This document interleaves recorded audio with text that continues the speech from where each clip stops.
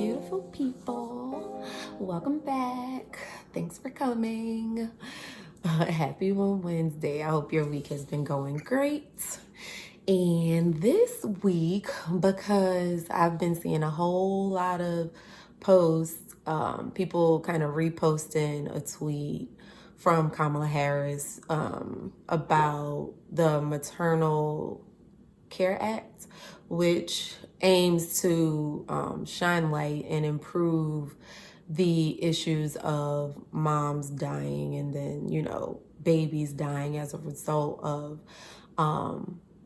issues that happen during pregnancy, childbirth, etc. Right? And I know I've said it sometime last year. I don't know, but it's quite ridiculous that we still have women dying in childbirth. It's even more ridiculous, yet not surprising, that you have Black women dying at a 3 to 4 times higher rate than white women, right? It's ridiculous, honestly. The amount of money we spend on healthcare, America likes to boast about being the best at everything when in reality, like, we have the worst birth outcomes in the world, and it's ridiculous. It's ridiculous. So the fact that Congress has this bill, I think it was like the year on it is 2019 to 2020. I think it's a step in the right direction, and kind of, I think before actually changing the system, because actually changing practices in the United States, it's not a uniform process, and a lot of people are very unwilling to change their practices because that's the way it's worked for them, and that's the way they're gonna keep doing it, right? But I think this is a first step in acknowledging that there is a problem. And I know that sounds like cliche psychology foolishness, but it's true. You can't, when it comes to, like, when we talk about institutional racism and institutional bias and things like that, if we don't acknowledge that it exists, then we won't take steps towards changing it.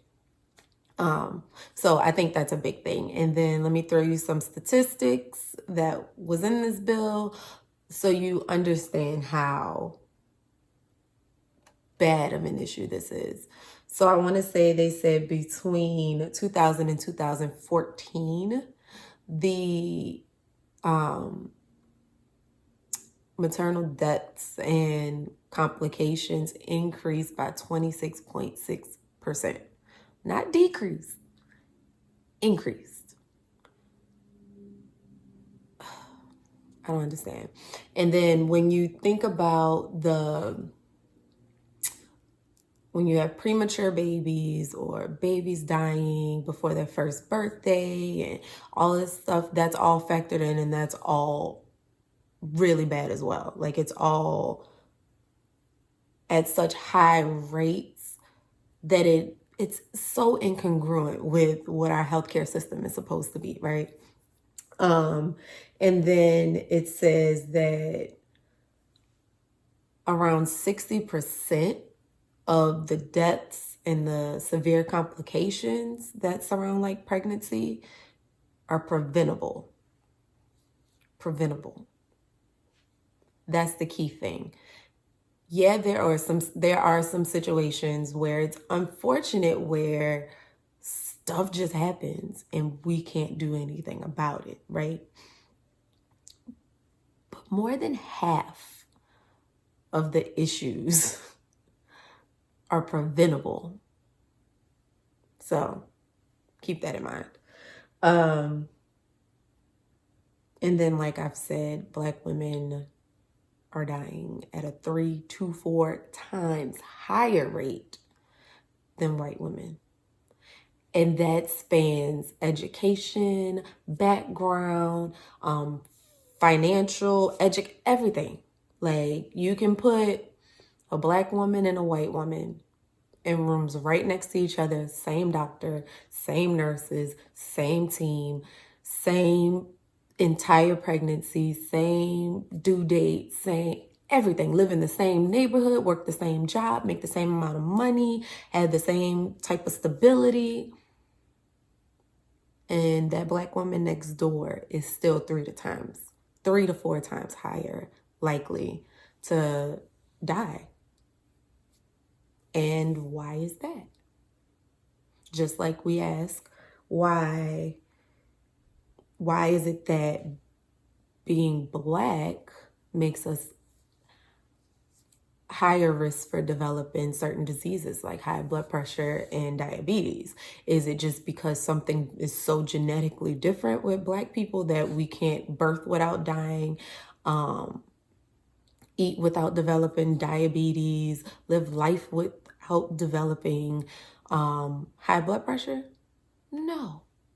But when you factor in the stressors that Black people deal with on a daily basis, I mean, when you look at a lot of these diseases and these outcomes, what is one of the risk factors for developing these things?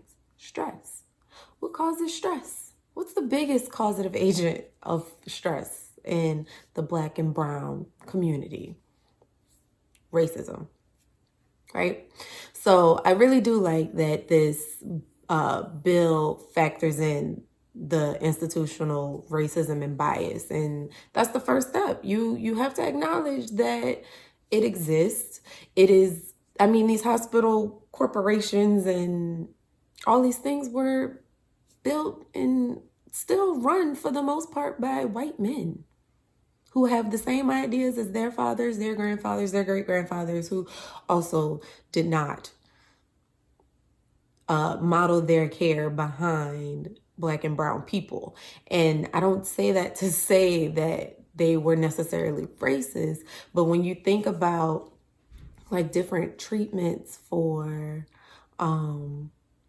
like high blood pressure, diabetes, whatever, and they tell you like eat this, this, this, and this, and this, and whatever, that doesn't factor in the lifestyle of the people that you're treating. We get a lot of cookie cutter diagnoses and treatments, but all that research is based on white people. So the treatment plans that we're given to Black people or brown people, that doesn't always fit, right? So I'm saying all this to say, for me, I think it's great that the issue is being brought up. But I definitely think the biggest thing we can do in the meantime, because it's not going to change overnight, is to educate ourselves. So when I come on here and I'm running my mouth for 10 minutes about stuff, it's not because I want to hear myself talk. It's because I want you to be fully informed. And I know I don't know everything, that's why I'm like, yo, go do your research. But I think that us women and us people going in and having a plan for how we want things to go, like for instance in birth, if we know that we have a risk for developing X, Y, and Z during pregnancy, right? Look it up. Look up the signs, look up the symptoms, look at things that can help, whatever, and discuss that with your provider. Let your provider know you are very educated on, your own body, and let them know you have expectations and whatever, and they have to follow them. And if they don't, go find somebody else who will, And I think we get stuck in a place where we feel like our providers are the end all be all and whatever they say is whatever goes. And that's not the case. It's not the case. So I implore you, I don't care if you're looking at my page. I don't care whose page you're looking at. I don't care what Google searches you're doing, but you need to do your own research. Your doctors get 15 minutes with you in a prenatal appointment. If you don't come with questions, if you don't come with concerns, you're going to get your checkup and you're going home. And if you might get blindsided in the delivery room with stuff you had no clue about, right? So I think that we just need to be way more informed of what our choices are, what we can, we can say no to anything, but you need to also know the consequences that follow. Like, know the risks that come with saying, like, I don't want this, I don't want this, I don't want this. And if you're well informed and you choose to make that risk, that's your decision. It's 100% your decision. And I don't know, y'all. I'm running my mouth. Sorry. But I think it's a great step forward. But I think the biggest step forward right now is going to be us being more informed. It's the biggest thing. You need to be instrumental in your own health, your own pregnancy, your own birth. Don't just let people tell you what you're gonna do, what you're not gonna do. It don't work like that. So if you got any questions, concerns, feedback, topics, hit me up, and I'll see y'all next week. Bye.